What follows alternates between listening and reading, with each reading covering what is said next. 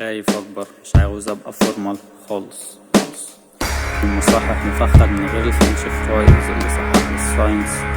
بشيل فروع كل مرة وبنسى جردل الزبالة برا، عشان بكون رايح اجيب حاجة من محل فبكسر احطه في العمارة تحت باب سطح العجل بعد ما فكست السيجارة، عشان دخان هرشق طيارة في البرج.